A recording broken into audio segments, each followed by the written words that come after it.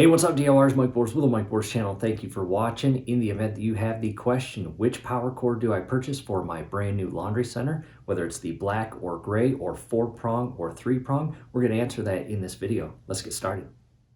DIYers making our way to our laundry center, and there it is. And this is the old one we just removed. We are awaiting the arrival or delivery of a brand new one.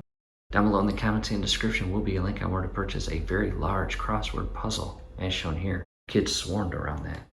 And again, back to the question, do I need to purchase a 3-prong or 4-prong power cord? And the easiest thing to do is basically look at your current setup.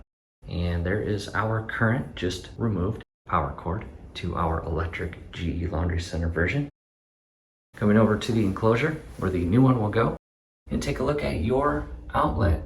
And this is a 240 outlet, and as you can see in our case, we have a 3-prong setup. And again, DIYers, that is the easiest and quickest way to check or determine whether or not you need a 4-prong or a 3-prong power cord for your incoming appliance.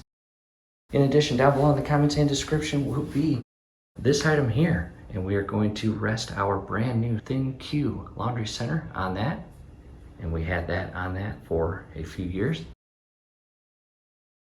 Down below in the comments and description will be an additional video link on how to properly and safely replace your dryer exhaust chute that feeds through the wall into the outside, and show you our newly installed dryer chute and exhaust.